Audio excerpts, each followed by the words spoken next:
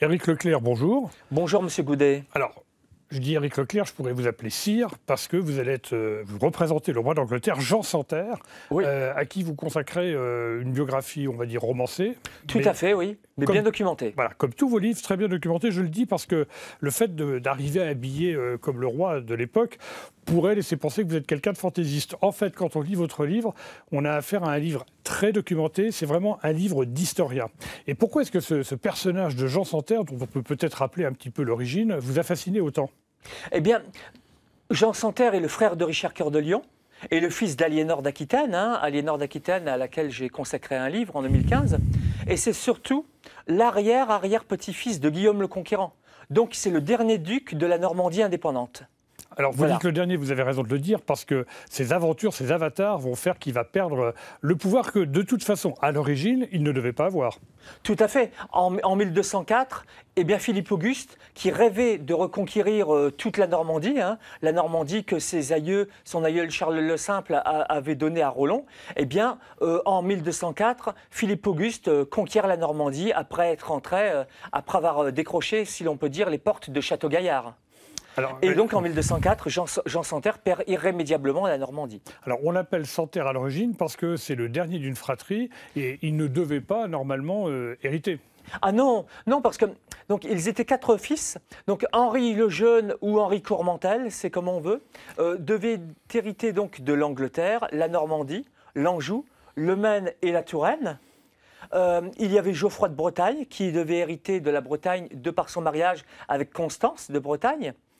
Et il y avait aussi Richard Cœur de Lion, bien sûr, qui devait hériter de sa mère. Qui va partir en croisade, qui va être prisonnier. L'Aquitaine et le Poitou. Et à cette époque-là, en 1169, lors de la cérémonie de Montmirail, rien n'est prévu pour Jean sans Terre. C'est à la suite de la rébellion de 1173-1174 que Jean sans Terre va décrocher, si l'on peut dire, excusez-moi l'expression, mais c'est là qu'il va décrocher le jackpot. Après la rébellion de sa mère et de ses frères.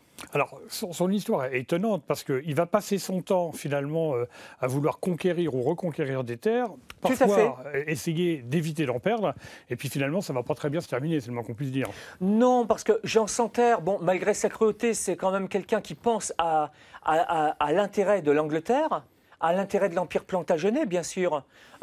C'est quelqu'un qui a quand même une conscience professionnelle, et il essaye toujours de reconquérir ses terres perdues. Cependant, ses barons ne le suivent pas. Il faut dire qu'il n'est pas toujours très sympa avec eux. Non, il les prend pour des esclaves. Soyez bons vassaux et taisez-vous, c'est un peu ça, moi je suis le maître. Bon, il arrive quand même le plus, on va dire que les gens qu'il arrive le mieux à manipuler, on va dire, ce sont les routiers, les mercenaires, en les payant. Mais bon, il n'a pas assez d'hommes. Et pour avoir beaucoup d'hommes, il faut de l'argent. Et puis, sa noblesse ne le suit pas beaucoup. Donc, il ne va pas réussir, manque d'argent, manque d'hommes, à récupérer ces terres perdues, justement. Et donc, il est toujours prêt à sanctionner les nobles qui ne le suivent pas. Et quand on dit sanctionner, il n'y va pas par le dos de la cuillère. Ah, ben il n'y va pas par le dos de la cuillère, parce que quand il veut s'assurer de leur fidélité, il prend des otages. Et quand on dit des otages, ce n'est pas parmi le petit peuple. Ce sont des nobles, ce sont leurs enfants. Il les rançonne. Et il les rançonne. Et quand il est mécontent de ses vassaux, eh bien, à un moment donné, il n'hésite pas à faire pendre 28 enfants. 28 enfants du pays de Galles, dont les parents lui avaient désobéi. Puis après, il est allé manger. Éric Leclerc, merci. C'est moi qui vous remercie. On va vous retrouver sur notre site internet, évidemment, comme tout le monde le sait maintenant, pour en savoir un peu plus. Et puis, j'invite nos téléspectateurs à lire cet ouvrage vraiment passionnant, très complet, sur l'histoire de Jean sans Terre. Éric Leclerc, c'est donc cette biographie romancée publiée aux éditions Gascogne. Merci beaucoup. Tout à fait. Merci.